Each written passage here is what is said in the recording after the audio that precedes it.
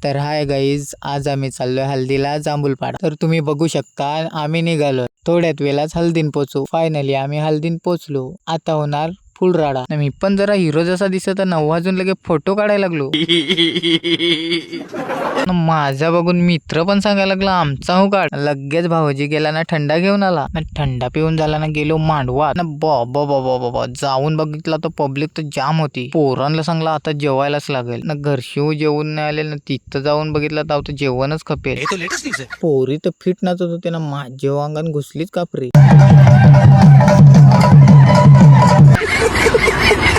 माझा बघून याचे वांगण घुसला वाराना, केला कांतारा। ये बाबूराव का स्टाईल आहे। राडा होणार बरं नाही ऐकणार।